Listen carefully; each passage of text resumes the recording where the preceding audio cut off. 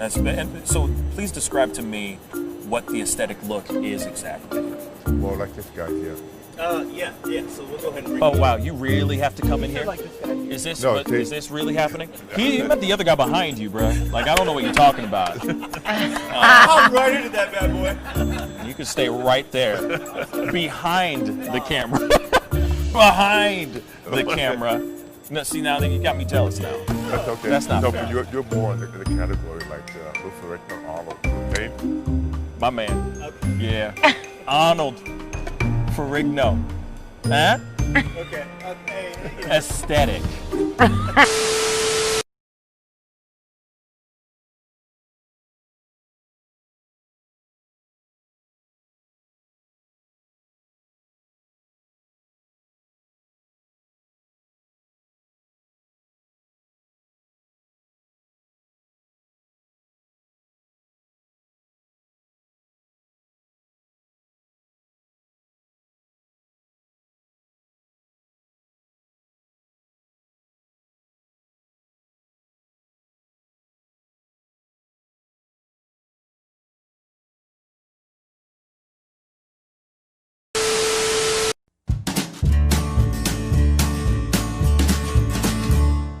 That's great, partner. You two ever go outplace everything in its proper place?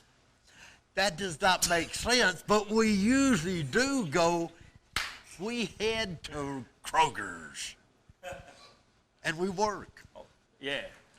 I've got a lady waiting for me back home also. She has the most beautiful scrotum.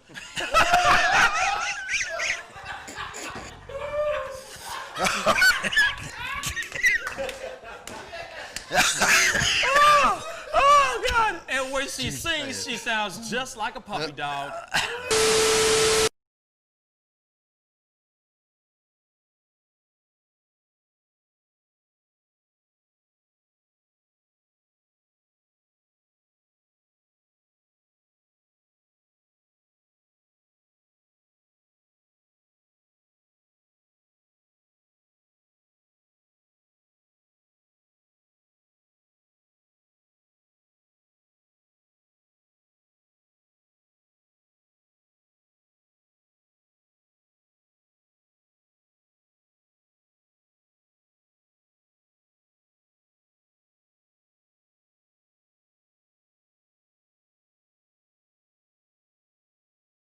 How do you nail a photo? Just gotta get in the mode. You gotta talk with your eyes. Talk with your eyes. Talk with your eyes. You Okay, gotta so have the eyes can first. you show me a little bit of something, like to this camera? I would love to know how to do this. I just want to know. Well, How I do you do it? mean, Teach the me smile, something. You can get the sexy eyes. Then you gotta get the smile going on some shoes. But Wait, hold up. you got. I gotta when try it's this time, with when, you. it, when it's Hold time on. to laugh, I gotta try you this gotta with think you. of something funny and start laughing. Do it again. Do it again. How do you do it? Teach me. Sexy eyes. The sexy eye. This is sexy eyes right here. Smizing? Smile. So you're smizing. Smile. Okay. And then you gotta get the. No, I look like I need to take a poop or something.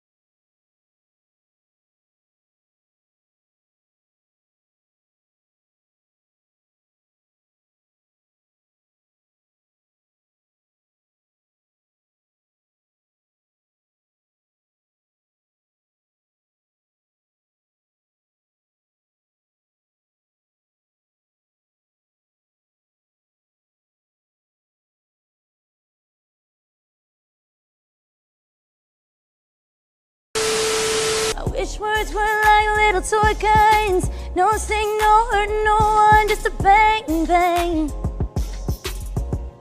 Right? Is that it? Yeah, it's something like that. Just a bang, Toy bang, guns. rolling off your tongue. Toy guns. It's no smoke, no Bang, bang. bullets. Water guns. All right.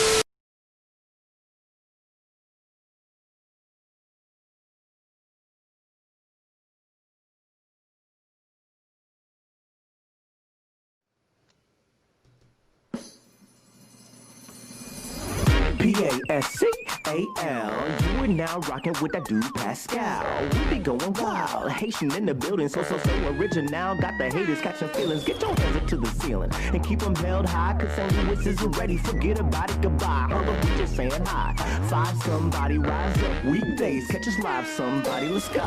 Good morning, everybody, and welcome to the Pascal Show. Yes. Yeah. Good morning. Yes, snaps and all that good stuff. You know, snaps, feeling it. I'm feeling it all the way. I'm feeling it all the way, Jack. I love it. Yeah. I love it. Anyway, hope you guys are having a terrific Tuesday, y'all. It's Tuesday, y'all. Time to wake up. That's all I'm going to say. It's Tuesday. Ain't it a beautiful day? You know what I mean? It's a beautiful day in the neighborhood. A beautiful day in the neighborhood. Would you be mine? I don't know. I'd have to think about that, though. You know what I'm saying? I like where I live. I don't know if I want to be your neighbor. You know what I'm saying? I'm just answering the song for myself. I'm asking, oh, good God. Anyway, good morning, the Debate Me channel. What's up, man? I hope you guys are doing very, very well.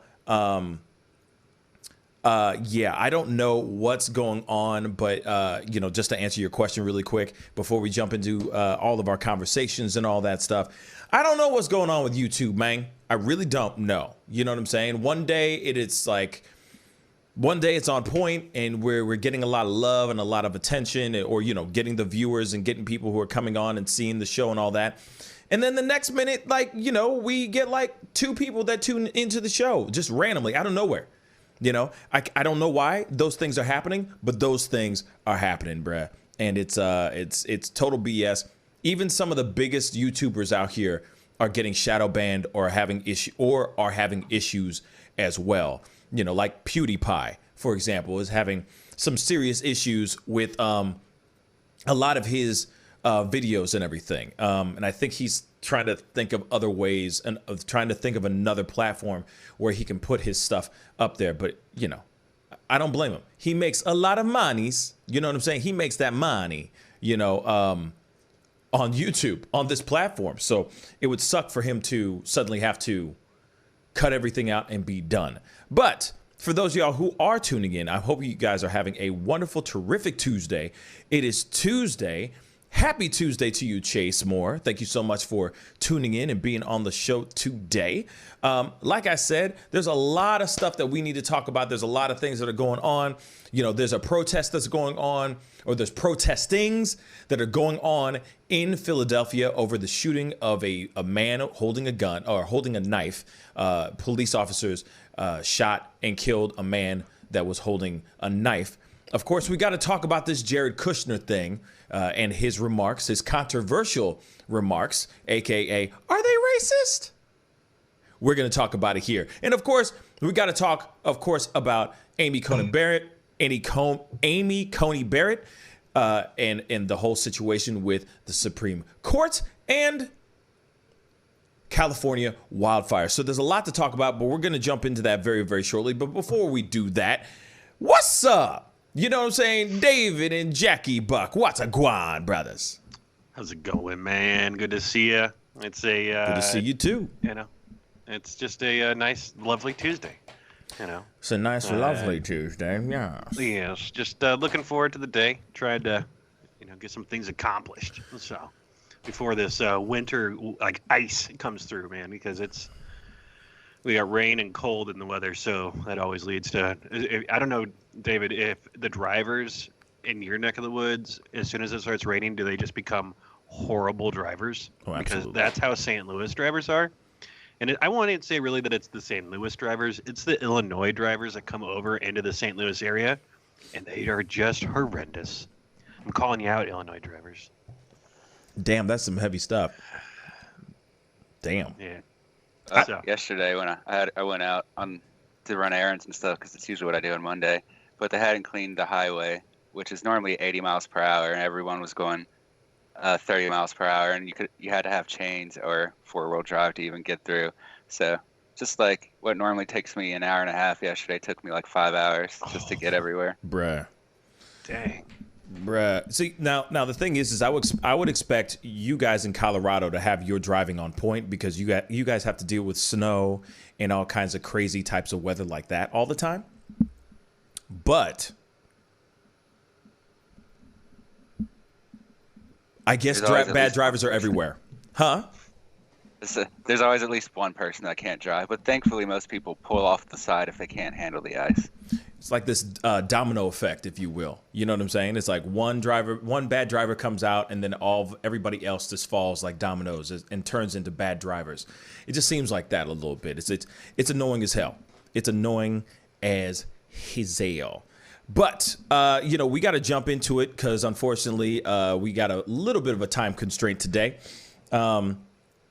We got to jump into this conversation about the protests that are going on in Philadelphia right now. Protests, a.k.a. riots. Well, riots and protesting is going on in Philadelphia right now over the shooting of a man named Walter Wallace. Man, Tanny Vane's got the story. David, speak on it, bro. All right, so I'll talk about the original shooting first, where the police in West Philadelphia on Monday afternoon shot a man at the 6100 block of Locust Street. It happened just after 3:50 p.m., which is when the police were first notified. Sergeant Eric Grip, a spokesperson with the Philadelphia Police Department, says that officers confronted a man with a knife at the scene. Grip said the man was shot multiple times by two officers after he didn't adhere to calls to drop the weapon. He was later pronounced dead. Neighbors identified the man as Walter Wallace. And there's a video of it out here, but we can't show it. During the video, I'm gonna show a little bit of it, but you could describe it really quick. I'm only gonna show a little bit of it, so go ahead, please. Yes. So in the video, the officers can be heard saying, "Put the knife down," and you can't actually see the knife in the video, from what I can tell. But there is a lot of evidence markers at the scene, and witnesses were saying that they could have used a less lethal force at that point, like a taser. But they also, no one's been able to confirm exactly whether or not he had the knife in his hand, other than the police so far. And the Philadelphia Police Commissioner Danielle Outlaw says that the video raises questions, but she assured the community that a full investigation is underway. And just, I think it was today or last night maybe, there was a line of multiple officers dealing with the protest, and there has been looting as well. I guess that would count as rioting, but specifically, someone in a black pickup drove through the police line, and one lady had her leg broken. She's now in the hospital. And overall, 30 police officers were injured during that incident. Yeah, it's pretty brutal out there right now. It's getting worse and worse and worse. Now, it's sorry, I'm trying to pull up the video, and it was here, now it's not here anymore. Hold on. Jack, speak on it. What are your thoughts on this while I'm looking this up real quick? I mean, another situation where it sounds like guns, shoot first, ask questions later. It's like,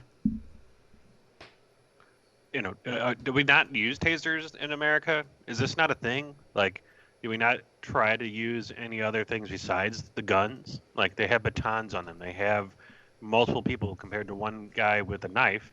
Yeah. Like, if he's walking towards them and they're able to walk away from him, they're not, like, being cornered. Obviously, it could have been taken care of a different way. Yeah, But it seems like going to the guns is the only solution that it seems is gone to. it seems like it seems like it is that way. You know, and it is very frustrating because a lot of times you're going, man, could they have not found a different way? Could they have not found a different solution to the situation? Could they have not used that deadly force? But here's the thing, though. We got to check out the footage. We got to look at some of the footage. I'm not showing you guys the whole thing because personally, I don't know about you guys, but I'm getting really, really tired of seeing men getting shot and killed on my show. Personally, I'm getting tired of it. And so, with all due respect, I really do want to. I'm going to show you the moments leading up to the shooting, and then I'm going to stop it. Okay, so I just hope you guys understand that. I hope you guys are cool with it, because I think that's enough. You get the point. You know what happens afterwards anyway. You already know the end. Spoiler alert, you already know. Okay? So here is the funny thing is I saw another video and it was really, really bad quality. So this video looks like it's a much cleaner video. So we're going to take a look at this real quick. Okay, guys? Okay.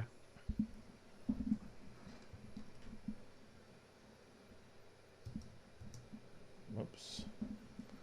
Hold on, guys.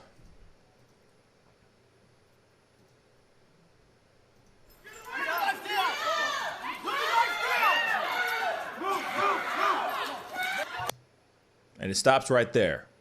So I want you guys to know, like, I'm hoping that they play a little bit longer version of it.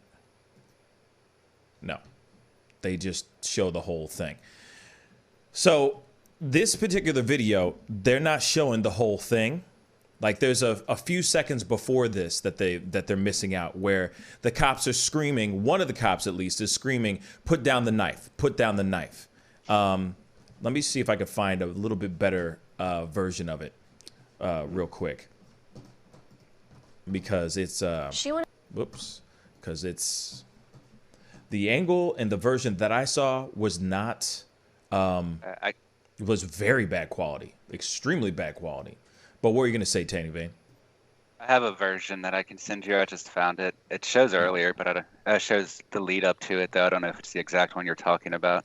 I think I have it here. This is nuts. Hold on, I'm just looking through it real quick. Like 8 shots or so. Oh, here we go. Yep, I got it. I got it.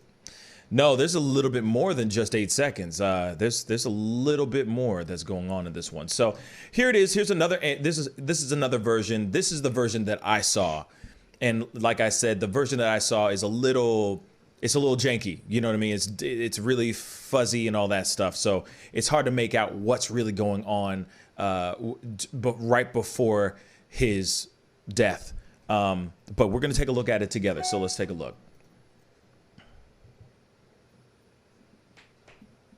Yo, crazy, you gonna smoke? Yo! Yo, watch my wood. Yo, crazy on me. Put the knife down.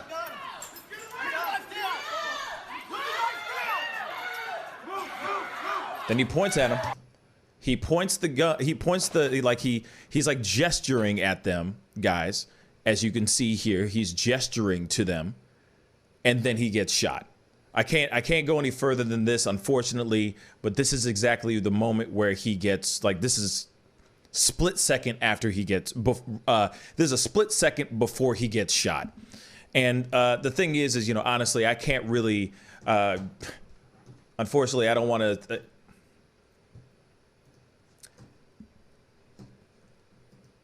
I'm just really sick and tired of seeing black men getting shot and killed on this show. I need a little break from the violence to be real straight funky with y'all. This is a situation, of course, that is very unfortunate. The other thing is we don't really know what really was going on. So in a way, of course, we got to talk about it.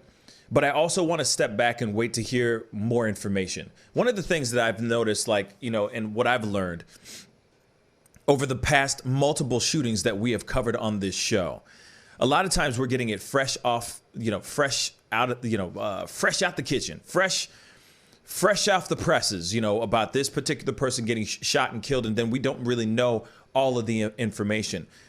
All we have is some video, and then we have the result of people rioting and protesting in the streets.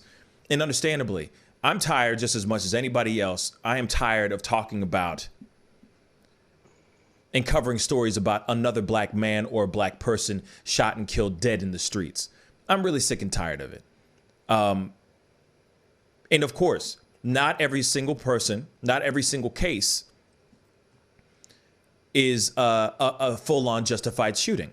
As you know, if you watch my channel, if you look at my videos and stuff, there are videos where I go, that's excessive force. There's no reason for that. And then there's other ones where I'm like, well, he did run after him with a knife. I understand why he got shot. This one in particular, we don't know what happened before that. We don't know the situation that happened before that. Only thing that we know is that it was a man allegedly with a knife getting shot. I think it was 8 times or something like that. 10 times. 10 times. Thank you, Jack. Shot 10 times. 10 times, though. See, and I've always said this too.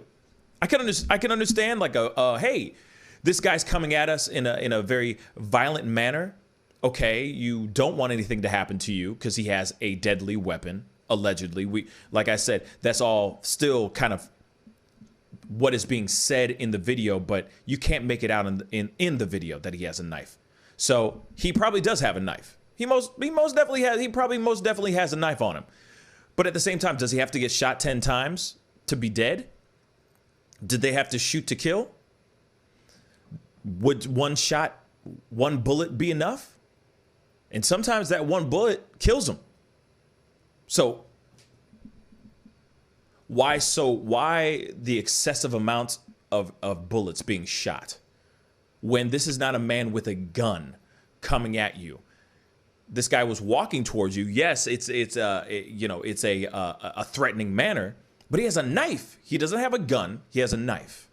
So those are the things that I say first and foremost. Like, it is excessive. It's definitely excessive in my personal opinion. But I understand him getting shot. Getting shot that many times? No. I don't get that. I don't. But them using deadly force on him, I understand that, because that is standard procedure in regards to if you're coming at them with deadly force, they have to go down that route. They have to make that choice. 10 times, shooting them 10 times? It's too much. Then there's the other side. Why couldn't they have used a taser? Why couldn't they both use tasers at the same damn time? This was not a man with a gun. This was not a man that was sprinting at him, with the knife coming at him like Psycho, like the movie Psycho or something like that.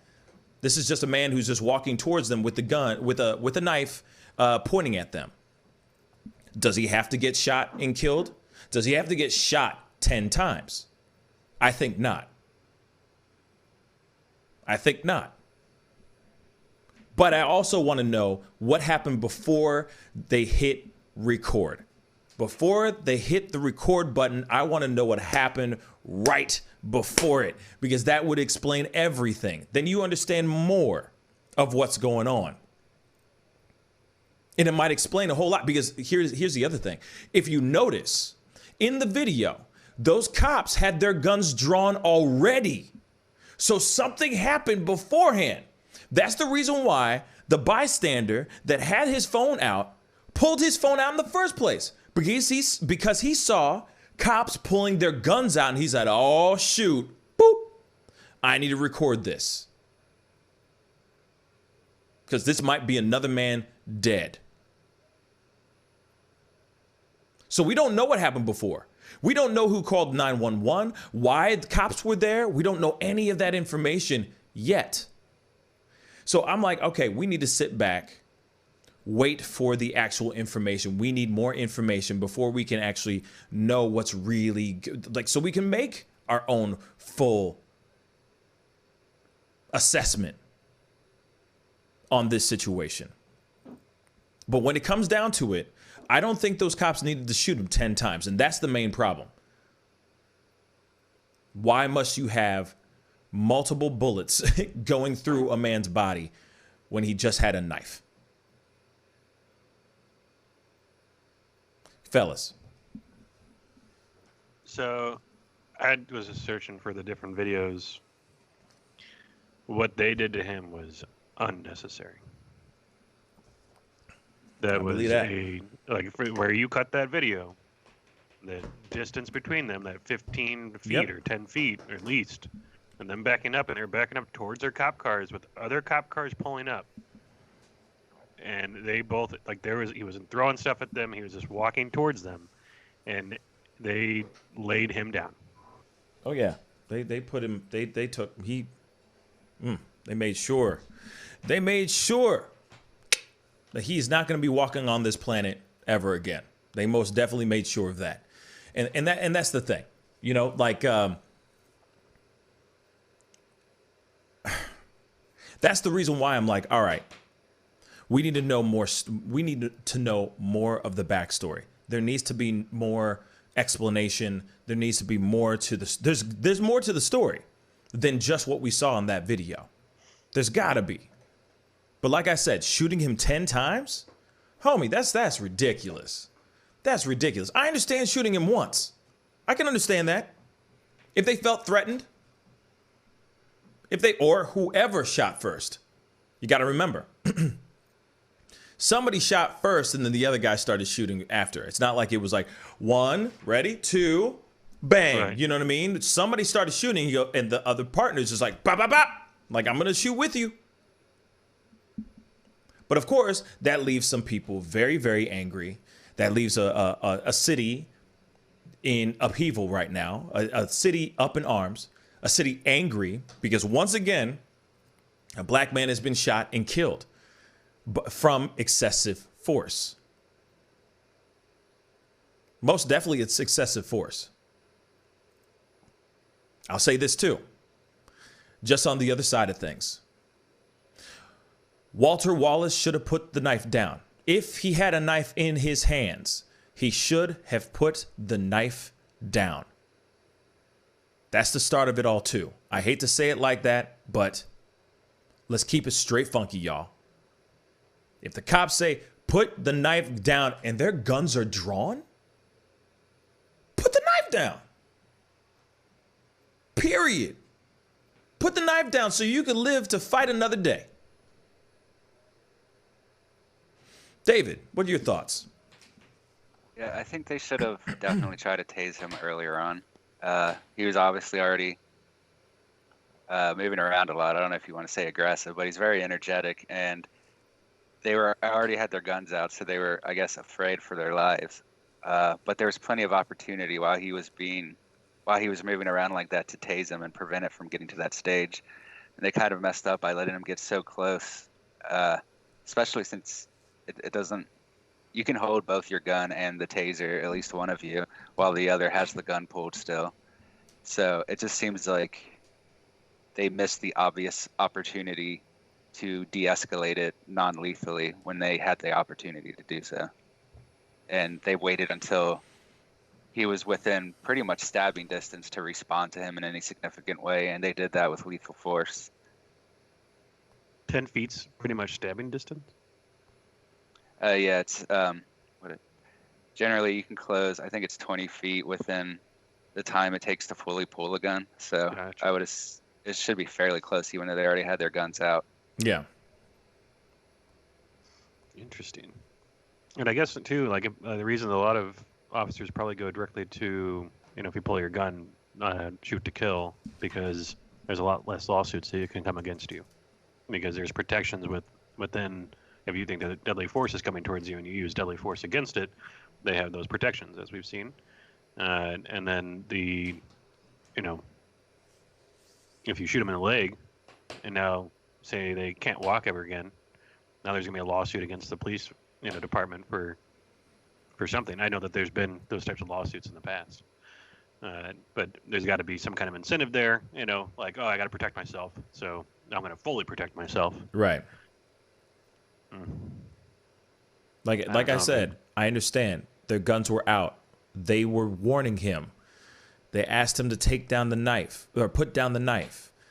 He did not do that. He just started walking towards them. And then they they just gave him a rain of bullets. Like I said, too much. It's excessive. It's excessive. You could shoot a dude once and that's enough, man. I understand, like, okay, sometimes guys can get shot and adrenaline comes pumping and they don't stop. Same thing with tasers. Sometimes tasers don't always work. Sometimes it'll shock them, but it won't do anything. It just makes them more angry, and they still keep coming at you. I understand those scenarios, but you're not even using those scenarios. You're just going straight to kill him dead. And it's kind of like, nah, man, this is not where we need to be. As much as there are problems and issues that happen every single time, every single day, every time you turn on the news, there's some sort of issue, some sort of new thing that's going on, some sort of protest that's going on. Like, you feel like they would be starting to learn different tactics, different ways to approach a situation. And that's not happening. And I understand. In this scenario, both parties are not in the clear. Both parties are making mistakes, for sure. Walter Wallace could have complied, put the knife down, got on his knees and put his hands up in the air or something like that. He didn't do that. But the cops didn't have to shoot him 10 times, y'all. 10 times. To me, that's really overly excessive and unnecessary. But let's move on to the next story, shall we? All right. We got to jump into this story because here it is. I have wanted to talk about this. I wanted to do a pop-up video about this last night, and I was just like, you know what? I need to just do this on the show because I want to hear everybody else's opinions about this situation. Jared Kushner was recently on the news because he is under fire for saying some controversial things about the black community, and him saying that the black community doesn't really want to be successful. I'm putting words in his mouth. I'm summarizing like a mug, but I am going to play the clip for you so you guys can hear this your own damn selves. And then we're going to talk about this because this is bad. This is bad. In my personal opinion, I don't think it's a very good look. Let's take a look. Over a couple of comments Jared Kushner made on White House grounds. So some people took his words to mean that many black people complain and they don't try to be successful. Brianna Whitney has reaction from the local black community tonight. Brianna, what do they have to say? Yeah, Heather, they say these comments are disheartening and disappointing. Take a listen to what Jared Kushner said today on air. And again, one thing we've seen in a lot of the black community, which is mostly Democrat, is that President Trump's policies are the policies that can help people break out of the problems that they're complaining about, but he can't want them to be successful more than they want to be successful. I spoke to a Phoenix constitutional law attorney who is not only black, but went to NYU Law School with Jared Kushner and has known him for over a decade. He says it bothers him that Kushner felt comfortable enough to casually say those words, calling the comments bigoted. To assume that everybody else of a different color or ethnicity just doesn't want to work hard, to me says he doesn't know many people in that ethnicity, and frankly, he doesn't know his history of this nation. So he just seems really out of touch.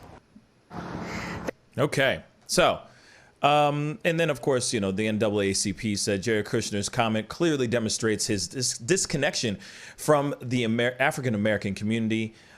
There are a plethora of successful people in the black community, and it's disheartening to hear him refer to our cries for justice as complaining. I wonder how he feels about Martin Luther King or Malcolm X. So, of course, he said what he said. What he said. He said what he said. Now. Here it is. Apparently, I don't like being successful. Apparently, I don't have any desire to be successful. No, I don't want to have success. Not at all. Like I don't like having nice things at all.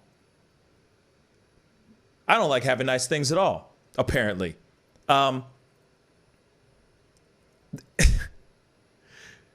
What really bothers me is that once you dissect what he said, it's almost as if he said something along the lines of, you can lead a horse to the water, but you can't make him drink. And it's kind of like, wait a second. No, you can lead the horse to the water, but then you put up all this other stuff to stop them from being able to drink from the damn water. That's a problem. That's a very big problem. For you to sit there and say all that stuff and then say like, oh yeah, oh, by the way, they're mostly Democratic. They're mostly Democrats. Like, that doesn't justify anything. There are plenty of black Republicans out here. There are plenty of black Trump supporters out here. There are plenty of people in general, black Americans, that want to be successful in this country. But there's always something. There's always something that gets in the way. And sometimes it has nothing to do with us. It has something to do with what's going on in the outside world. There's not a lot of opportunities that are brought to us. It's so frustrating for him to sit there and go, oh, yeah, so, Trump is doing as best as he can. But if the black community doesn't want to take it, then it's their fault. And they're just being lazy and they're just too busy complaining about complaining about being sick and tired. I'm sorry, but the comments that Jared Kushner made were very ignorant and wrong. What do you guys think, fellas? Yeah, I agree completely. I don't like the guy, to be completely honest about my bias, but he's a rich inheritor who was mostly just granted political power because of his wife. I don't think he really understands earning things on your own from scratch, let alone hard work, especially since supposedly his main job was to broker peace in the Middle East, and he didn't do anything with that. It was all directly Trump or his ambassador to those areas. And I like that they mentioned Malcolm X in that, because I'm reading his autobiography, and several times he talks about great book. It is. He talks about how the black man has to succeed on his own, and it has to come from his community, because whenever a white man or the white man pays for that or gives them money, it comes with obligations that restricts them from truly being liberated. Jack. I mean, I don't know. This guy is kind of a prick. Thank you for saying that. Yep. I don't know. I mean, he's again, same thing. Him, Donald Trump, the whole Trump family, all inherited millions, and they definitely grew up in a bubble, I guess you can call it. I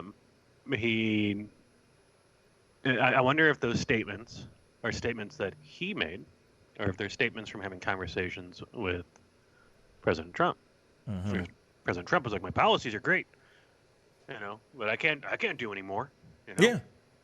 I don't know. I've never liked him ever since he's been put in positions where he doesn't have security clearances, and basically has been gifted control over our government because he's the president's daughter's husband. This is what I have to say about this. These are the moments, I hate to say this, because I know that there's people on in our family that are Trump supporters and that are going to vote Trump and all that. But here it is.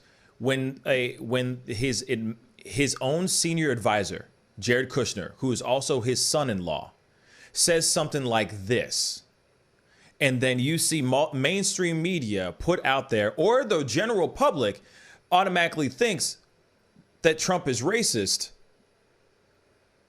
then Jared Kushner says something like this, it's not a good look. It's not a good look if he's sitting there going, I love black people. I'm the least racist person in the room. I'm the least racist person. You know what I'm saying? I'm the least racist. But then Jared Kushner goes on to Fox News and says this kind of stuff that can be interpreted many different ways. Bad look.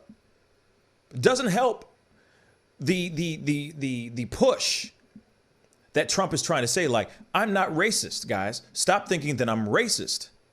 But then you got the people that the company that you keep in close quarters is saying ridiculous things like this.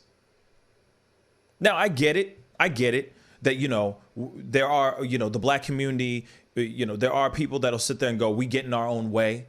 I get that. I've heard that story too from black people saying that. But Jared Kushner, of all people, really needs to be on his P's and Q's and really be on point with not saying certain things like that. Because it's getting interpreted the wrong way. If he meant something in like with good intent and with goodwill,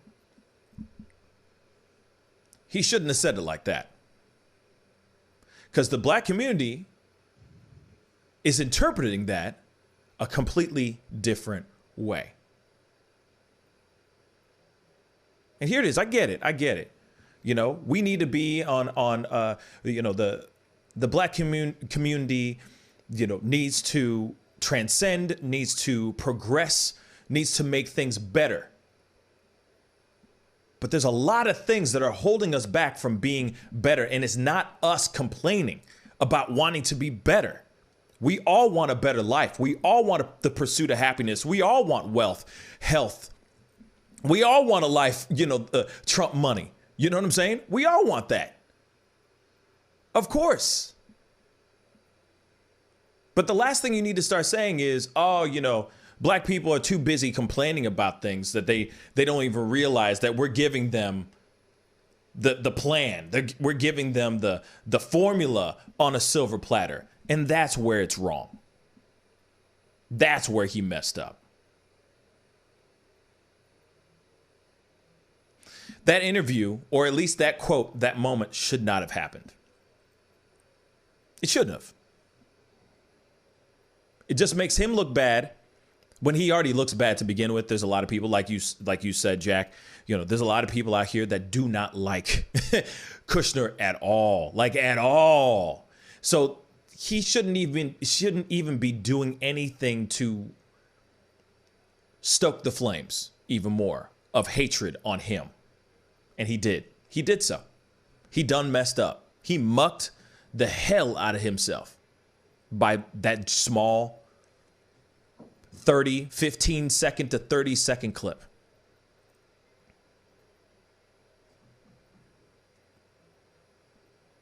But I'll tell you what. I'm going to say this, though.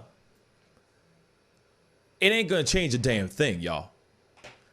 Everyone's made their decisions on who they're going to vote for. I have seen on other platforms, because, you know, there's other platforms that are, you know, I watch a lot of black conservative platforms, you know, YouTube channels, and I watch a lot of black liberal YouTube channels as well. And it's very polarized. It's very split down the middle with this topic. And that's why I was like, you know what, I'm going to hold this out because I want to talk about this. I need this to marinate. This is not something I can just blurt out and sound ignorant on. But I've heard both sides of the spectrum respond to this. And it's funny how one side is like, he didn't say anything wrong. I don't understand. And then the other side is like, bruh, whoa, that was wrong. It's interesting how polarizing his comment was. Now, just to play devil's advocate really quick, I understand that there's a part of it where I get what he's trying to say, but I don't need to hear it from Jared Kushner. I really don't. That's just me. Speaking as a black man, speaking as a black person, he is not the person that should have the platform in which to say those kind of things. That should be coming from somebody else's mouth, not him. Period.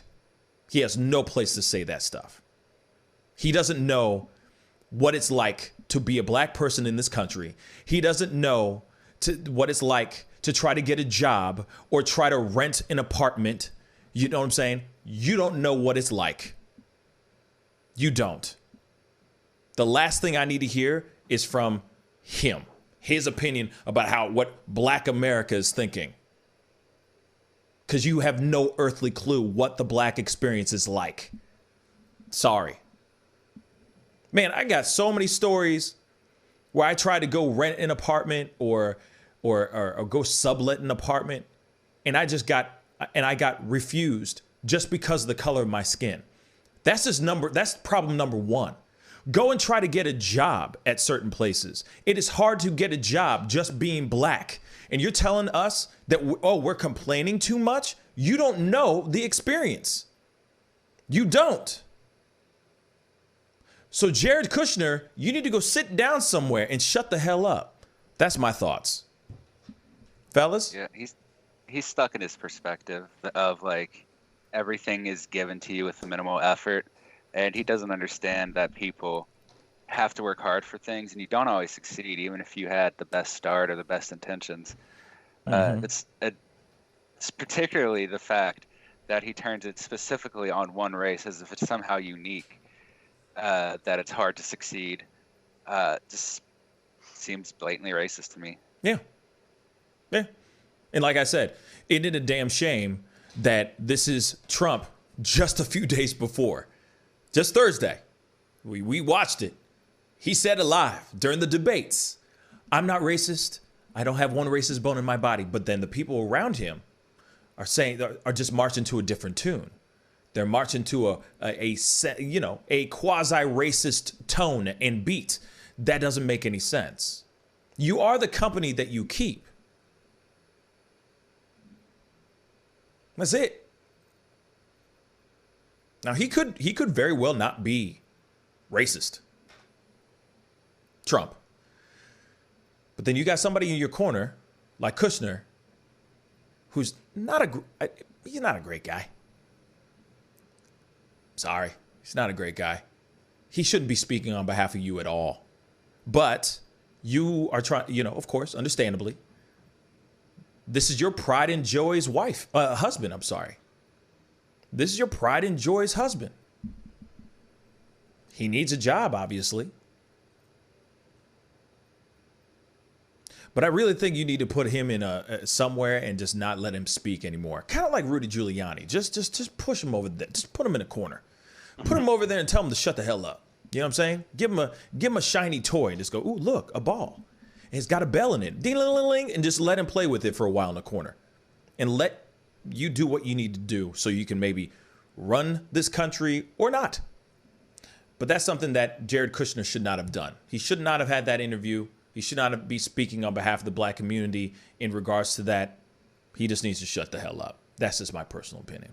Hey, Pascal, let me ask you, because I'm calling in the chat lines and stuff here. Yeah, go ahead. Enemy's chiming in on a few things, but he's saying that please. Me and David are saying, we claim to know what the black experience is like. Have I said something that was overreaching or beyond just reacting to what we're talking about? No, bro. No. Is there something that I did or have claimed where I said that I know what it is to be black? No. I don't know where these comments are coming from. No. Aimed at us. So. No. I'm just going to say no, Jack. And I forgot that we're not allowed to have, I guess, an opinion. So I don't know, enemy. I guess call in another day and let's have a chat.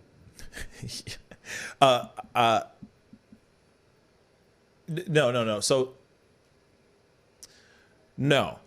I don't think that you were saying anything in regards to that at all. I think you're putting in your own 2 cents, and you know if something sounds wrong, and you know when something sounds right. Sorry, you could look at something and go, oh, that's the color red. You know the difference between red and blue. You know what I'm saying? For example, right? So Right.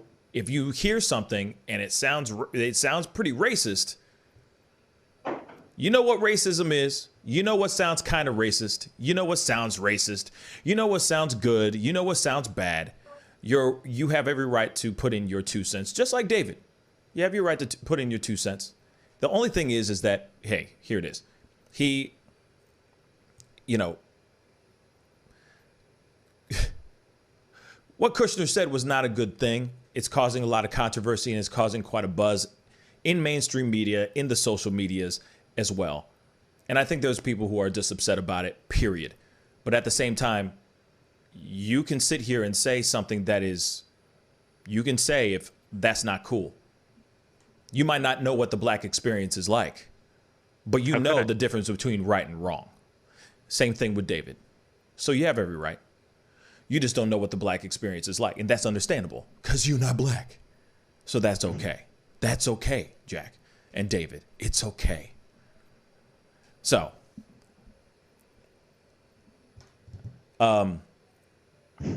anyway, aside from that,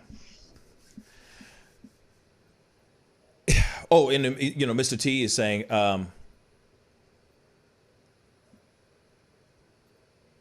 well, okay, hold up. Oddly, Pascal's logic doesn't apply to Kushner's.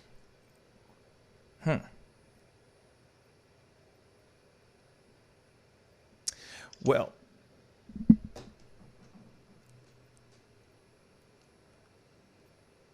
yeah, I guess so. I guess so. If that's where it's at. I'm just going to go with that. I'm just going to let it roll. Moving on, because here's the thing. No matter what, I mean, you know, here it is. There are people out here that feel some type of way about anything.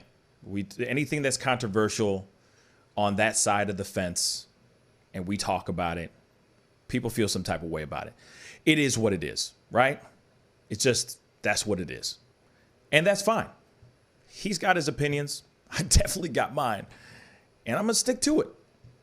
If Kushner goes on to Fox News and says something ignorant, I'm going to talk about it. I'm not going to sit here and placate to anybody just to make somebody feel good or turn this channel into some sort of echo chamber just to make one side of the world happy.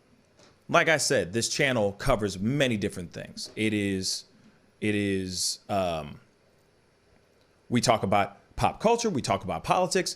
Some things I agree with. If Kushner said something that I agreed with, I would have gone on here and said that I agree with it. But unfortunately, he says something that was pretty damn ignorant. So we got to talk about it. And that's all it is. You know what I'm saying? Just unfortunately is what it is, you know? And, you know, Mr. T said something that I wanted to jump on real quick. Neither political party cares about the future of Black America. They never have. You know, here it is. Mr. T, I agree with that. I feel like it's just being used as a toy. It is being used as a prop to, excuse me, to either make somebody sound racist, make somebody sound bad, or sound, you know, what's the word? Like they're the like white Jesus coming in to free the black people from tyranny. And the thing is that as much as they say that they are going to do certain things for the black community, well, you know, unfortunately, all we can do is sit back and wait to see if they actually are going to do more. If Trump has done a few things, which he has said multiple times that he's done some things, and he has. I'm not going to sit here and say he hasn't. But if he's planning on implicating more things for the black community, I don't want to hear anything more. I don't want it to be like, hey guys, hey, see 50 Cent on my team. Hey, let's use him as a little puppet. You know what I'm saying? Look, vote for me, black people, because you know, over here, he's here. He went over to me now. I don't give a damn. if you get voted in, if you get reelected, just do what you say you're going to do. Do more for the community, and that's it. Just do more for the community. That's all I ask for. That's all I ask for, period. You know?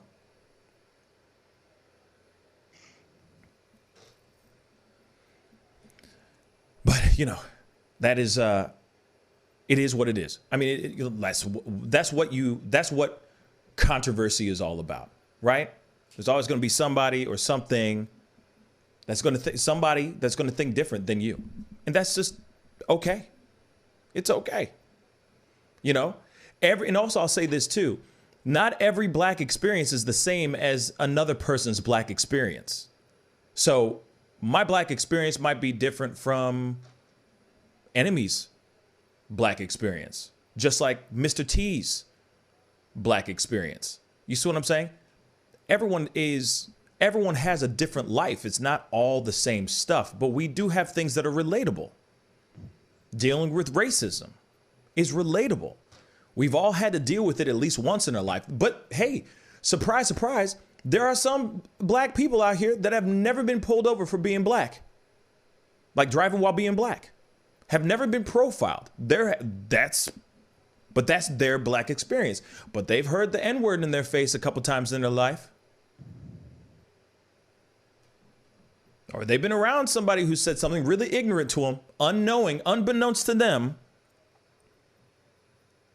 unknowingly didn't know that it was a racist thing to say.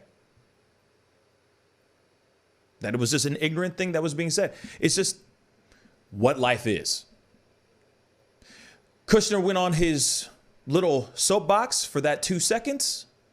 He shouldn't have been on that soapbox. He doesn't know at all what's going on in the black community. He is probably in his nice little, house with his servants and all that stuff, his butlers and whatnot, and he has nothing to worry about. Nothing. So the last thing I want to hear is from him saying something like that. Or if he's going to say something like that, he could have worded it better. He could have said what he needed to say in a different way.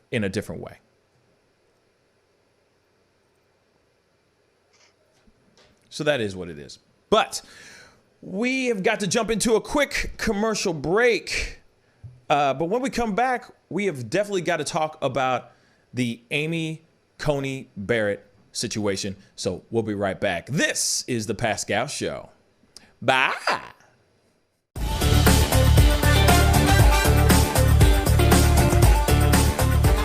I'm sorry, I can't make this interview boring because this man is too exciting as a host.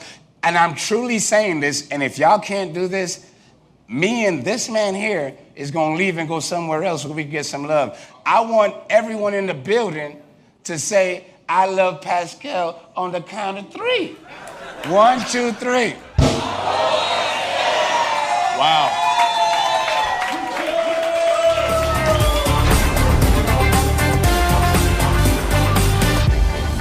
Homeowners and property managers, if you're looking for effective and humane ways to remove wild animals and deal with the damage that they have caused, we have good news for you. Introducing Wildlife Command Center.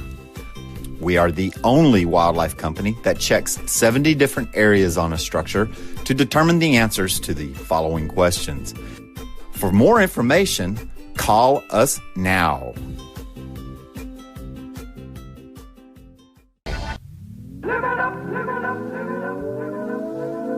The Fur and Leather Center, providing the highest of fur and leather goods. Imagination, Image a World, IDEX Media. Awesome sauce. Yeah, baby. Hey, it's Mike from Sugar Fire. Still open all of our locations. Carry out, delivery, curbside. Call in. We're delivering outside of our range too. So if you get hungry, come on by.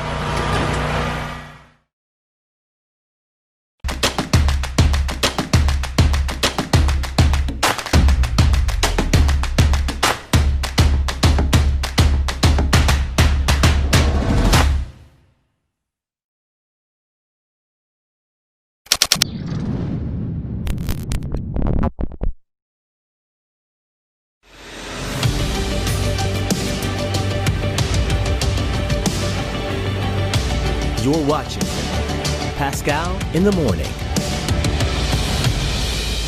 Welcome back. Homeowners and property managers, if you're looking for effective and humane ways to remove wild animals and deal with the damage that they have caused, we have good news for you. Introducing Wildlife Command Center, a professional nuisance wildlife management company specializing in providing animal removal for residential, industrial, and commercial clients. We are the only wildlife company that checks 70 different areas on a structure to determine the answers to the following questions. Exactly which animal are we dealing with? How is the animal getting inside the home? What kind of damage is the animal doing to the structure? Once we get the answers to all of these questions, we develop and write up an action plan to resolve the animal issue completely and provide a quote to implement that action plan. We perform a very in-depth 70-point wildlife inspection. From visually inspecting the highest point, the chimney, to physically crawling inside the attic space and looking for animals, chewed wires, fecal matter, chewed structural wood. We inspect everything. Our inspection process covers all of the following 70 points: animal-proof chimney cap, roof ridge vents, roof to soffit junctions, dormer fascia, attic gable vents, gutter lines, fascia trim, garage door, utility penetrations, water, gas, electric, and cable, bathroom vents, attic roof ridge vents, attic electrical, wiring, junctions, boxes, and lighting, concrete decks, additions, wooden crawl spaces, basement plumbing, penetrations, ceiling, floor, and wall. Wildlife Command Center's mission is to deliver the finest quality wildlife removal and pest control service that is safe for the environment. For more information, call us now.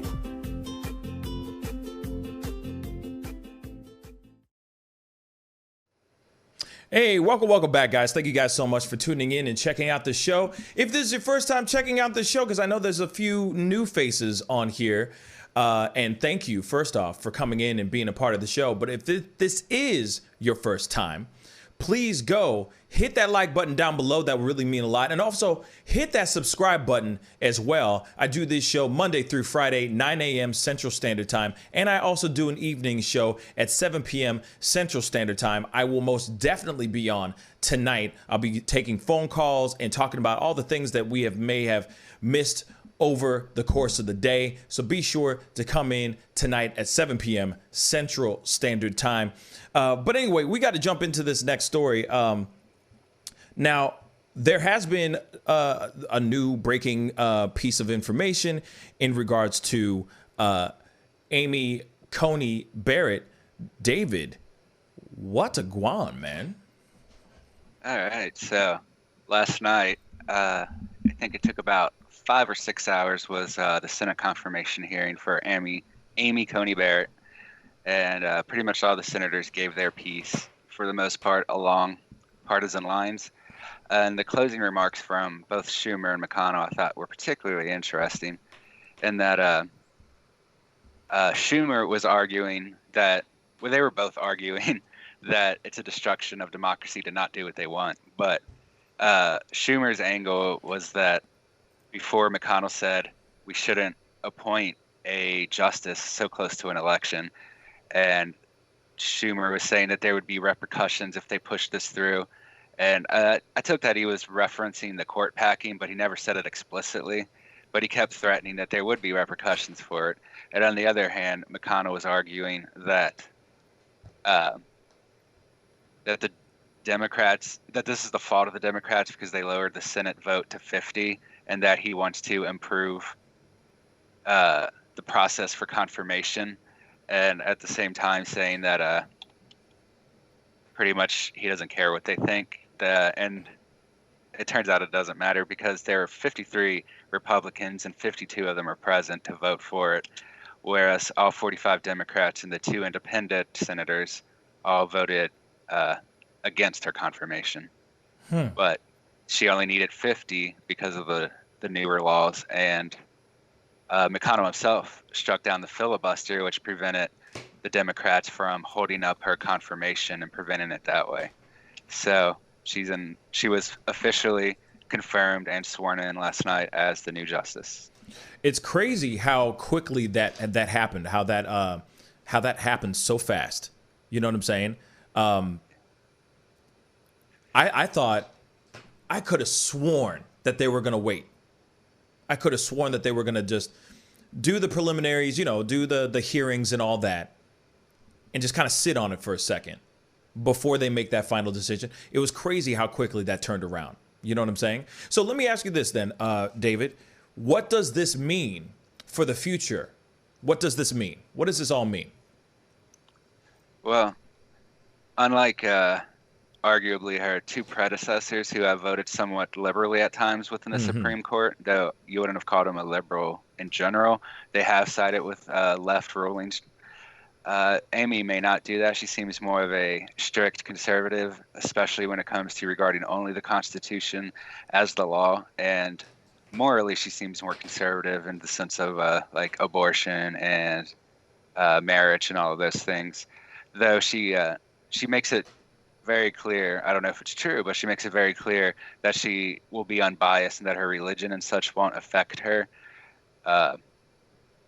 rulings, which is how it's supposed to go. And arguably a lot of our Supreme Courts do that, though it's hard to say if she will. And that was part of their argument against waiting to appoint a new justice, is that it was done purely so that it would give the opportunity for a left-appointed judge, which McConnell referred to as activist judges.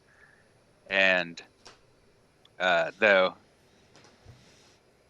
they hadn't appointed any, so he's kind of just saying that that's what they would do.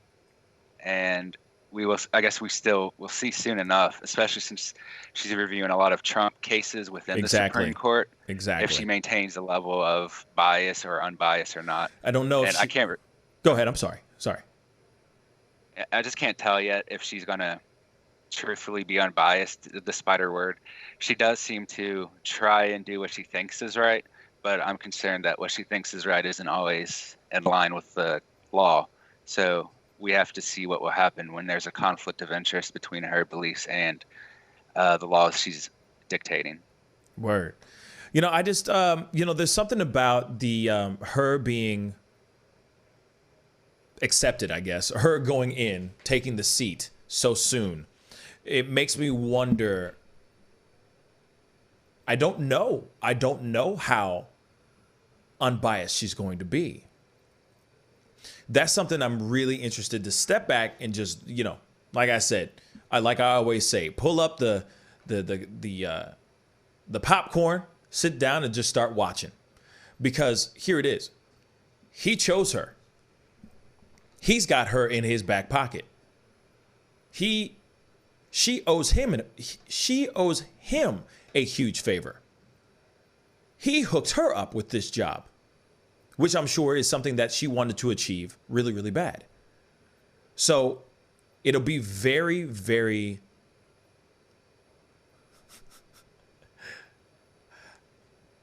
interesting to see what happens when it comes to anything that comes across her desk that she has to be for or against in regards to anything that Trump is behind or is getting in trouble for, or any of those things. So it'll be, like I said, it'll be very, very enticing to see what she does in the next, in the upcoming years. But like I said,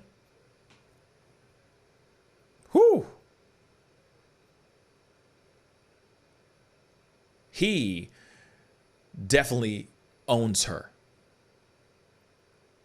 And if anything, that's a very, very smart move on behalf of Trump. Extremely smart move. But, if you really think about it, any other person that has been brought into the Supreme Court or, has taken a seat by a president has always been in the back pocket of that particular president. You just got to remember that, too. So as much as we sit here and go, oh, Trump, he's playing the game. No, he's playing the game right. Bill Clinton did the same thing for RGB or RBG. You know what I'm saying? He's the one who nominated her. Then she got put in. That was in his back pocket. RBG was in his back pocket for sure.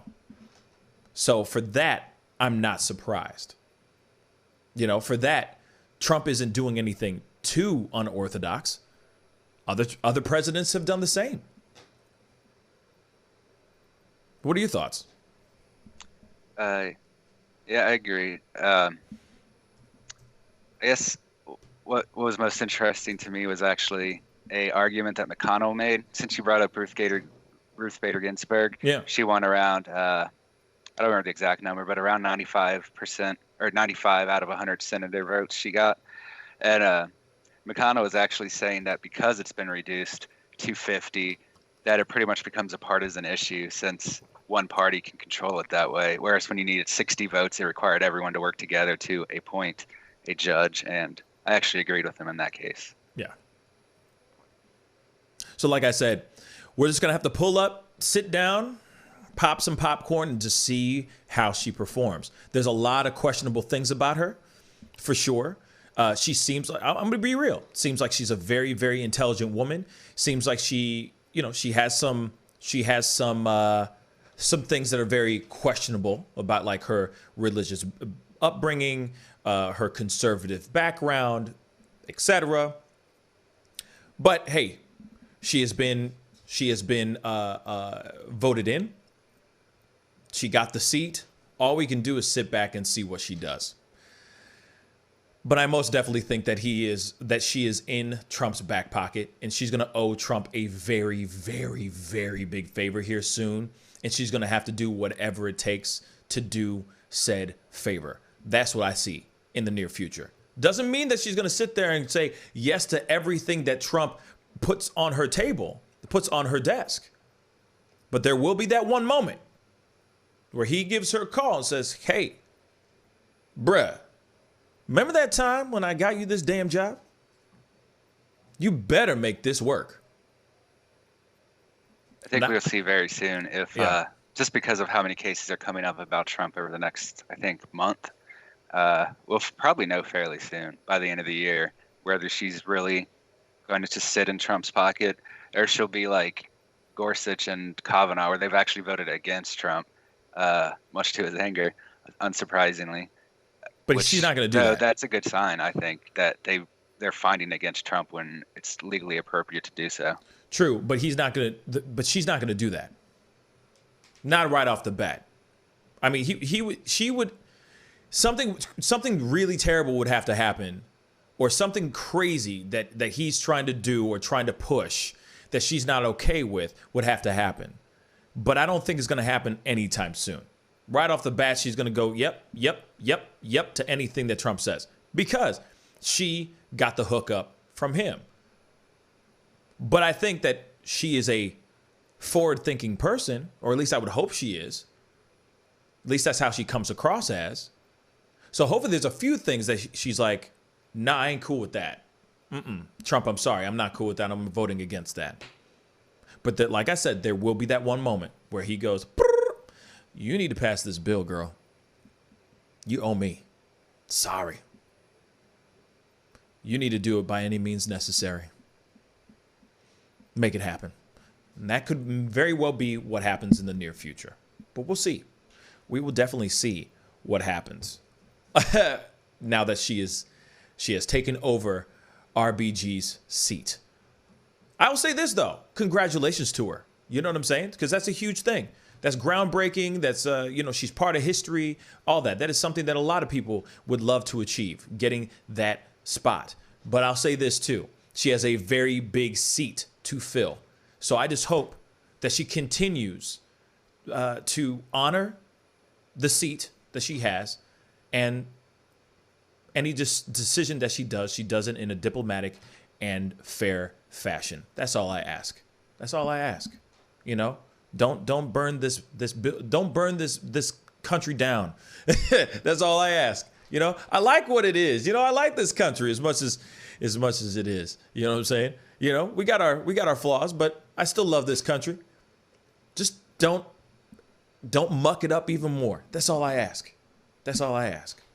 But anyway, we got to jump into a random thing. I know this is very, very random, but some of y'all grew up in the 90s, grew up during the time of Saved by the Bell, right? This is a left turn, guys. I am sorry if you're going, well, I'm sorry. We're doing this left turn because we need a little bit of lightness in the world. We've already been talking about police brutality to you know, Jared Kushner's controversial comments to Amy Coney Barrett and all that. Now, this is something very random, but for those of y'all who like to take a trip down nostalgia lane, Saved by the Bell has officially put out their reboot trailer, and it's going to be on Peacock. And I am very interested in showing you guys this trailer. So we're going to take a look at this trailer right quick. I had it, and then someone tried to call. All right, here it is. Let's take a look at this trailer real quick. Dang. Okay.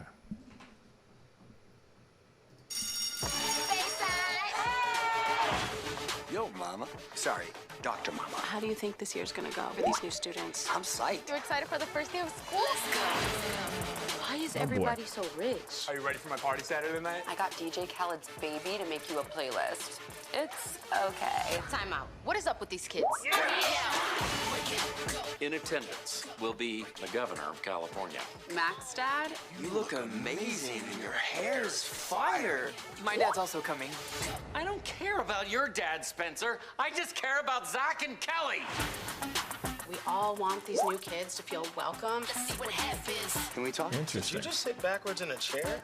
Wow, I've never seen anyone do that in real life. It's not gonna work unless we get to know them. You only know how Bayside works for kids like you. Hot kids, privileged kids. Privileged kids. Bayside, it's where I finally felt like I belong. This place is magic. Oh, damn, I love magic. Wow. Max, actually, I ordered cheese on mine. Take a look in your pocket. Does this place ever stop being weird? A 1, 2, 3. The old gang back together again.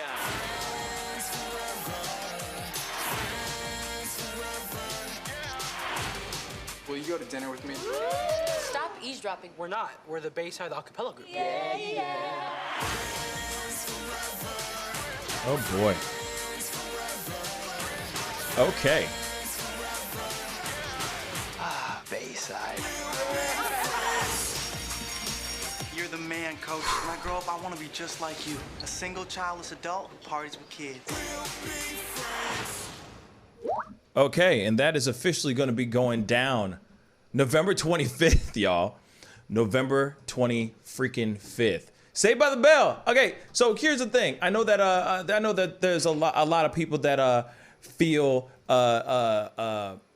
some type of way in regards to everything. And I know somebody just tried calling, so please give me a call back here very, very shortly. I'll open up the phone lines here very shortly. But we definitely got to talk about this. I know this is a very big left turn. I apologize for a left turn, but we need a little bit of some lightness today, just for me, okay? Sometimes we got to laugh a little bit, y'all. So I got to ask you guys, what do you think of the trailer? Comment down below. Let me know what you think. Is this something like, because, you know, we all grew up in the 90s, so we know of this show, Saved by the Bell. Do you think it's something that you're going to watch with your kids? Because obviously they're trying to do this. You know what I mean? They're trying to merge the family together. You know what I'm saying? Generations and all that. Like, oh, the parents grew up watching Saved by the Bell. These kids might really like watching the new version of Saved by the Bell. We can all watch it together, and you know, the parents can go have a trip down memory lane. Remember the time when, you know, Zach had the mobile phone that was as big as his head, stuff like that. You know what I'm saying? So do you think this is going to be something that's going to be good, or do you think it's going to be trash? Comment down below. David, what do you think on this, man? I hadn't heard of it before now, so it's definitely interesting. Wait, I'm sorry. You've never heard of Saved by the Bell? No, the new version. I've seen the old one. Plenty. Okay. I watched it a lot when I was a kid.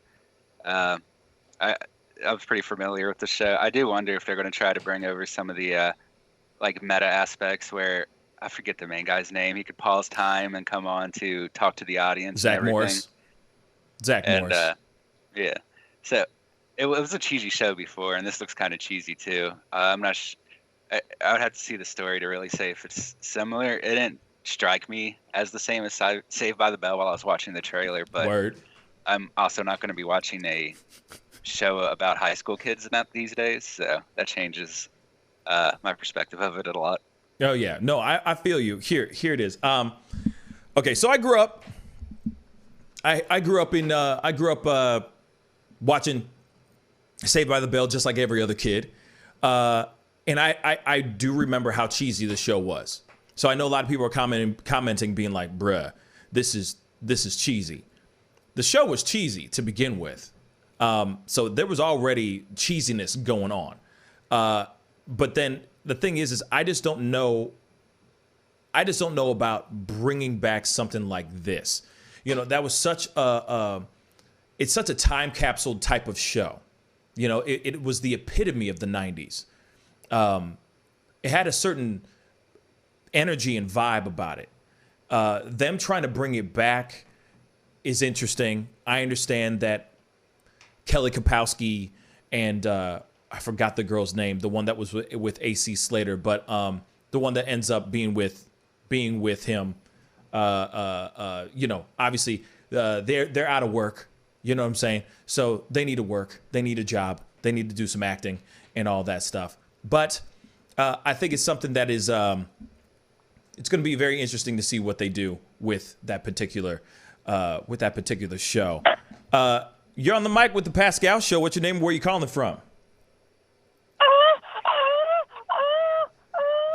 Okay. Thank you for that. That was a waste of freaking time. Anyway, let me get my boy back here real quick. Have mercy. See, so that's my thing. When it comes to the show, it looks like a lot of young adults are going to enjoy it. They'll enjoy it. I think a lot of young adults are gonna, like, young kids, sorry, are gonna enjoy it. But other than that, like, just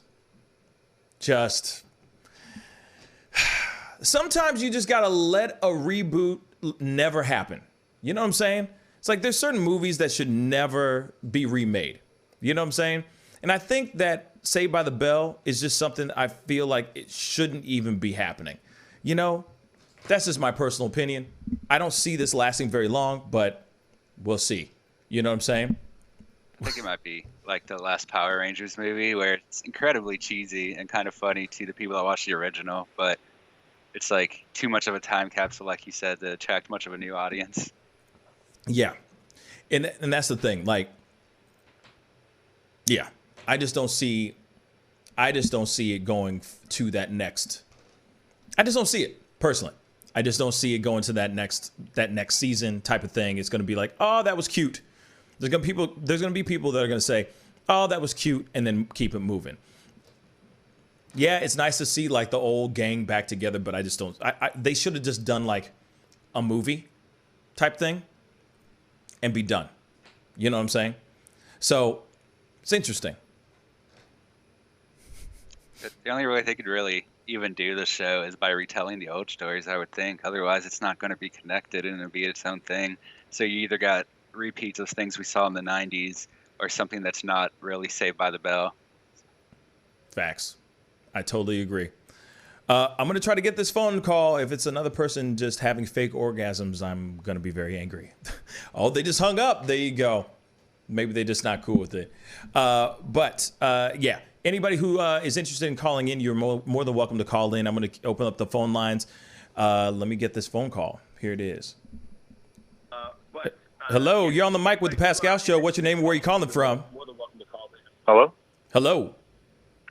Oh, hey, sorry about that. What's up, All right, man? So there's definitely a latency. What? It's all good. What's your name and where are you calling from? My name's Mike. I'm calling from Jersey. Mike from Jersey. What's up, man? How you doing? I'm doing good, man. Good, good. So what's on your mind, man? Speak on it. Well, so, I mean, the first thing that, so basically I was just going through YouTube, and it wasn't an orgasm, my bad. So I was on YouTube, and I was just trying to see if I can call in anywhere about this. And make one of these videos. And say that again. You were finally breaking up. someone was doing it. What did you say? You were breaking I up. was just sorry if you can't hear me, my bad. I can hear you now. I was basically just calling. I was trying to call in so I could talk about this. So I actually found your channel. Okay. Talk about what? And I was just like, all right. And then all of a sudden we went over to to watch that. So I was like, all right, what's going on over here? So you beeline, but now I just want to bring it back to the protests. Oh yeah, okay, go ahead. Yeah, speak on it. What's up? What's on your mind, man? All right. Yeah, so like right now in America, it's just it's crazy. I actually was just on this platform. It's called Live Me. I was talking about social injustice, racial disparity, all this stuff.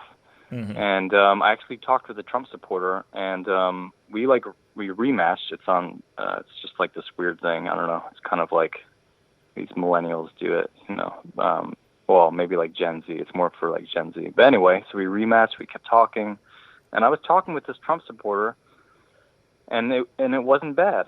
And for the first time, I was like, "Hey, I'm going to add you. I feel like we had a really good dialogue. Let's talk about this." So we kept talking about the protests in Philadelphia, and he's like, well, they shot him, because like he was a threat. And I'm like, no, man, they shot him because he was black. The reality of the situation is that law enforcement, Ellie is trained to use a taser before a gun any time. That means that's what it is. I mean, that's your standard. Mm-hmm. So if you feel so threatened that you have to pull out a weapon instead of a taser first, that's disgusting. You're right. And just what's going on, and I don't mean to, I'm not trying to hog the show. I'll hang up. My bad. You're good. But I just, it's just like what's going on right now is that we literally have a choice in America. We have a choice between how this country. Listen, Biden. Like I could see that, like I was talking to a lot of black people today about Biden, about how they feel about Biden. They're like, man, I'm not going to vote. Mm-hmm. This guy's he's done nothing for me. You look at the 1994 crime bill. You're looking at, how with super predator comments. You're looking at busing, the thing that Kamala Harris brought up, and I see someone typed in not all Trump supporters are evil. I know that. It was really just the one comment that the one conversation that I had, and I was like, wow, this is actually like we're not name calling. So right. It was cool. But yeah. So anyway, so just with all this stuff that's going on, we have two choices, and it's just really hard to explain to people that even though that Biden did mess up with the people of color, that finally Kamala Harris can like put him in check.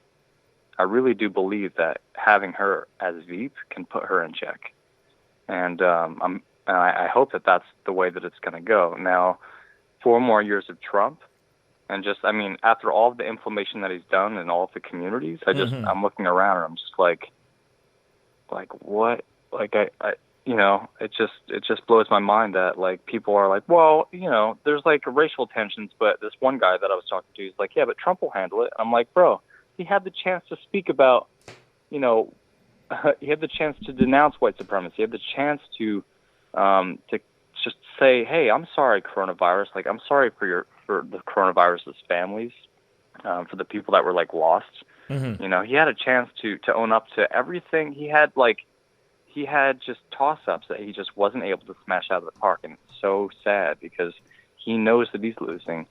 But really, we really just need to show up. This can't be just about like like if I could talk to any people of color out there, I just want to say that, you know, it's just like a white dude in New Jersey, that this election matters to y'all, you know? And I know why some people don't feel like it matters, like the black, brown, Hispanic community, the Asian, you know. I understand why it doesn't matter, because it's never worked. It just never worked. Like, Right. They see the same thing all the time. But I really think that what's going on right now in America, now's the time. Yeah. I mean, it's just. Well, so here's the thing. Let me just tap on a few things here, because let me tap on the last thing you just said. Now's the time. It's always been now's the time. If you really think about it, every single time that there's an election, they do go towards like, what we're going to do for the black community is this, this, and this, and then we vote that person in, and then they don't do it, et cetera, et cetera, et cetera. I think that the situation is finding somebody who, and I'm going to be really honest, the choices that we have right now aren't that great.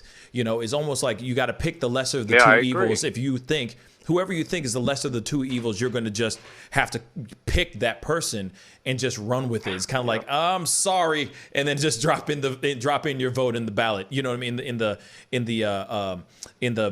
ballot box. You know what I'm saying? Hopefully they don't light it on fire. But anyway. We are in a very interesting time right now because tensions are high, racial tensions are high. There's a lot of social injustices that have been going on, have always been going on, hasn't changed. You know what I'm saying? This ain't new for the black community. This ain't new for anything. And of course, I know I'm preaching to the choir right now, but at the same time, it's like one thing that's very frustrating is how much we say it is such a crucial thing right now. And it's like, bruh, it's been a crucial thing. Every 4 years, it's crucial because it all matters on who we're going to vote into office and who we're going to vote into office. David, what are your thoughts on this, man? Yeah, I mostly agree. I actually have a paragraph from the Malcolm X book that talks about that somewhat, if I can read it or. Go for it. Say what you got to say, man. All right. Jump on. All right. This is Malcolm X's words. The black man in North America was sickest of all politically. He let the white man divide him into such foolishness as considering himself a black Democrat, a black Republican, a black conservative, or a black liberal, when 10 million black vote bloc could be deciding balance of power in American politics because the white man's vote is almost always evenly divided.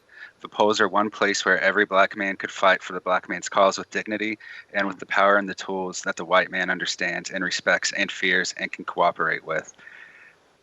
Listen to me tell you something. If a black bloc committee told Washington's worst N-word hater, we represent 10 million votes, why that N-word hater would leap up, well, how are you? Come to Eastland, and they would pretend to be your friends. Interesting. Yeah. Interesting. Yeah. Hey, I mean, I agree on all that. I really do. I think that it's just, they're not my favorite. They really aren't. I would have never voted for Biden. I can't believe that I'm voting for him right now, but I just can't vote for Trump. With all the things that have happened, just the fact that like he he finally got to denounce white supremacy a few days ago, and then QAnon popped up, and then he was like, I don't know anything about that. I'm like, bro, you're the leader of the free world. Someone must have briefed you on QAnon. But you don't know these followers? And Michael, what's funny is that he did say in a press briefing that he knew, like he knows of them. He was like, I don't know them, but I know that they like me. And that's always a good thing. He completely contradicted himself right in the middle of it. Exactly. I'm right. But he still said, it's great that you picked that up. Hell yeah, I ain't dumb. But he did still say, just so you know, he did still say, I don't know them, but I know that they love me. That's all he said. Now, if you take it just for words, how are you gonna know that they love you? You should have you should have done more research. Listen, I mean, come on now. I mean, if you're watching Fox News, and if you're watching CNN, you're watching, you're watching all MSNBC just to make sure that you got a beat on the pulse. And QAnon is on CNN, and you know what's going on. You can't say that you don't know about it. It's the same thing that when George Floyd passed, he's like, well, I don't really know about what happened. I didn't see the video. I mean, that's just I mean, it's crap. Yeah. You know, if you know that is going to spark outrage, and you know, I'm sure that, I mean, it was viral. The whole world watched it except for Donald Trump. Come on now. Yeah. And then, you know, and Michael, I appreciate you calling in and everything. And it is interesting what David just read from the autobiography of Malcolm X. And it is funny because that's the same story that we've been dealing with every 4 years. You know what I'm saying? Every 4 years, every 2 years. You know what I'm saying? So it's very interesting. No, I'm sorry. No, go ahead, Michael. Yeah, I just wanted to bring up the fact that, you know, it's sad because it's every election year, it's always used as a point. It's like, you know what, we're going to make sure, and that's the saddest part for me, that it doesn't matter who it is, if it's Republican or Democrat, that we're going to do something for the people of color. We're going to do something. We're going to get this, and whether it's, you know, whether it's Trump or Biden. Now, like with Biden, well, like I said, I was the last person. I was for Sanders, but now it's just like, you know, I have to go with Biden because I can't see 4 more years of racial division and just this, like, I mean, listen, it's gonna happen while Biden's still there. Like, we might have a civil war. Like, that's really how I feel. I really feel like, I was just about to say and that. It's not about color. I don't think it's going to be a thing of melanin. I think it really will just be a political civil war. It's just like the rights hating on the left and the two extremes. You know, but I mean, that's, I'll wrap it up. Yeah, well, Michael, thank you for letting me call in. Anytime, my brother. Thank you so much for the call and putting in your 2 cents. I appreciate that, man. You stay blessed. All right. Yeah, stay blessed. Take care. All right, man. Peace. All right. Yeah, so, you know, the thing is like, here it is. No matter, like, just to echo or just to go off of what Michael just said at that last part, no matter who gets voted in, there's going to be racial tensions. There's always been racial tensions. It's just been put out into, out on the surface. It's bubbled up onto the surface right now. This is just what it is. I mean, this is what we have to deal with. This is the life that we have to live for right now. Until social justice, racial injustice and all that becomes a thing of the past. Racial tension, unfortunately, will never be a thing of the past until there is actual equality going on. What that means for a lot of people, could mean so many different things. Like I said, the black experience is different for every single black person out there. Some are very common.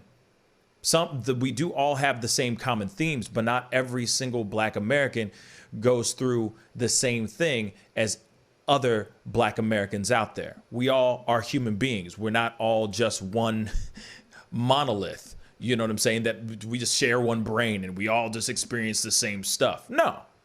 Just like every white, Asian, Hispanic person has different walks of life. Just seems to be the black experience is just a little bit different and tough and harder. You notice that a girl, like say somebody, Jack Johnson, goes and applies for a job, but then there's Shaniqua Jackson that applies for the same job. Just from seeing their name. A lot of times, Shaniqua will not get that job just because they know that she is black. They haven't even met her yet. Haven't even sat down with her to see what kind of person she is, how she conducts herself. She could have a glowing job resume, and she will still have the same struggles as any other black person out there trying to get a job. All because of the prejudices that go against her for just being black. It's a damn shame. And until those things actually do change, there's still going to be upheaval in the streets. There's still going to be people being angry. There's still going to be black people out here going, hey, I I want better things for my life. I want success, but I can't do those things because X, Y, and Z is happening all the time. I can't get a better job because of the color of my skin. I can't get a chance, let's just say. I can't even get a chance sometimes because of the color of my skin. And that's unfair. That's extremely, extremely unfair. And that's like, you know, tying it up, going back to the Jared Kushner thing. The only reason why that there's complaining and that there is people out there upset and saying what they need to say, and there's frustrations out there, is because this is what we have been dealing with forever. A lot of times we get a job because we're lucky. We get lucky because there's somebody who's going, I'll give him a chance. Or we got somebody who is a forward-thinking person that isn't prejudiced, that'll sit there and go, no, his resume is amazing. You know, seems like a good guy. I think we should hire him. Sometimes you get that luck. And sometimes you don't. A lot of times you don't. And that's unfortunate. And until we get somebody who is like, and that's the other thing, guys. Like, and you know, I need David on this here too. This is the other thing. The thing that really bothers me more than anything in the world is that the whole idea of what we're going to do for Black America isn't even a necessity. It isn't. When they say, oh, what we're going to do for America, no, they use it as a toy. They use it as a tool. They're not even sitting there going, we must make these things happen. No, they use it as a tool so that they can get Black Americans to go, I'm voting for him. Platinum plan, bruh, and Ice Cube is on this piece, bruh, check. I'm voting for Trump. Instead of, what is Biden or Trump really going to do for Black America? What are they going to really do for Black America? Not just the stuff that they're saying to sound good so they can get your vote. And that's the problem. And this is more than just like, you know, doing stuff for HBCUs, you know, exonerating prisoners and so on and so forth. There's more than that. We need somebody who really does care, period. I understand that they have to care about America too, just in general. But the Black community is a community here. They're just as important. They're part of America. It's not just this one thing. It's a lot of things. Or it's a few sprinkled things. Because I know, shout out to Enemy Nation. He sent me a laundry list of things that Trump has done, which is great. I appreciate it. But I'm going, okay, there's more that needs to be done. Does the Platinum Plan really work? Would it work? Is it something that looks good? Does it look good? I've heard people calling it, they're like, Platinum Plan, more like tinfoil plan. There are people who feel like that. Is it going to benefit the country, the Black America? Is it? Or is it just a tool to get our vote and then it gets thrown out the window? Same thing with Biden. Same questions apply to Biden as well. Because apparently he only thinks that we are a monolith, that we all share one brain. We are not forward-thinking, diverse groups of people. If we vote for Trump, we ain't black type of rhetoric that's coming out of his mouth. Is he really going to implement anything for this country? Is he? Those are the questions I'd like to throw out to you guys. Inquiring minds would like to know, y'all. Just because he's got Kamala Harris, does that really mean that is that a good look? Yeah, she probably will crack the whip. Pun not intended, high key, low key. But anyway, if she goes in, yeah, okay, great. It might be a Harris-Biden administration, but is she going to really do anything for Black America? Is she? I guess we're only going to have to sit back, wait, and see. For sure. I'm sick and tired of hearing politicians and non-politicians say that they're going to do amazing things for the black community, and then nothing happens. Because here's the thing. As much as we want to, as much as here it is, as much as I want to sit here and go, Trump has done so many great things for black America. He did some, like I said, I got this email that was a long list of things that he did. Incredible. But here's what's so funny. There's protests and craziness going on in the streets right now. Black America's talking. Is Trump listening? I mean, is he really listening to what the streets are saying? That's a very good question. Anyway, it's time to get going, guys. David, thank you so much for being on today, my brother. I appreciate that quote too, because that's crazy how that is something that was written a long time ago. And that is something that's being said now. But yeah, go ahead, David. What?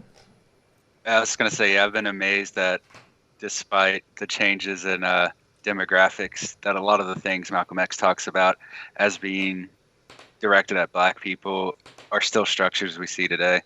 And a lot of what he's complained about and suggested we do are still things we're trying to accomplish right now. It's not been as much progress as you would think for a book that was, I think, 50 years old. Yeah, it's interesting. It's just crazy how history kind of repeats itself over and over and over again, almost as if it repeats itself every 4 years. But anyway, David, thank you so much for being on. We went a little bit longer than expected today. But I appreciate everybody who came on to chop it up, talk about everything, to agree, disagree, etc. This is the world that we live in. You know what I'm saying? Everything's polarizing. Everything is controversial. But I appreciate you guys coming on and chopping it up, talking to us on here. Be sure to hit that like button down below. That would really, really mean a lot. And most definitely for all y'all who are just tuning in, like Michael who just called in. I know that there were a few other calls that I couldn't get to, but please, most definitely, if you're a first-time person on this show, please go crush that subscribe button. That would really, really mean a lot. I'll be on tonight. Most definitely, I will be on at 7 p.m. Central Standard Time. So don't be shy. I will have the phone lines open so we can talk a little bit more and talk about things that are going on. Maybe David, if he has time, maybe he'll swing on and swing on for a second and take some phone calls with me. But anyway, I got to get going. All right. Don't forget to hit that like button and don't forget to hit that subscribe button. I'll see you guys tonight at 7 p.m. Central Standard Time. Be good to yourselves. Be good to one another. And I'll see you guys tonight. This is The Pascal Show. Bye.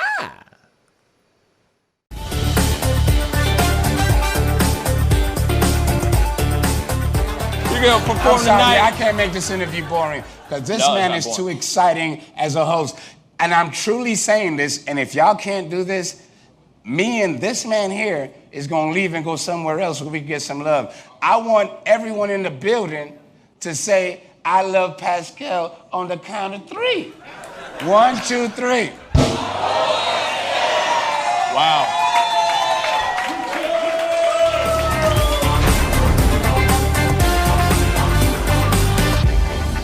Homeowners and property managers, if you're looking for effective and humane ways to remove wild animals and deal with the damage that they have caused, we have good news for you. Introducing Wildlife Command Center.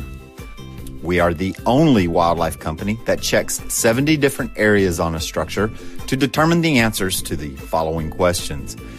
For more information, call us now.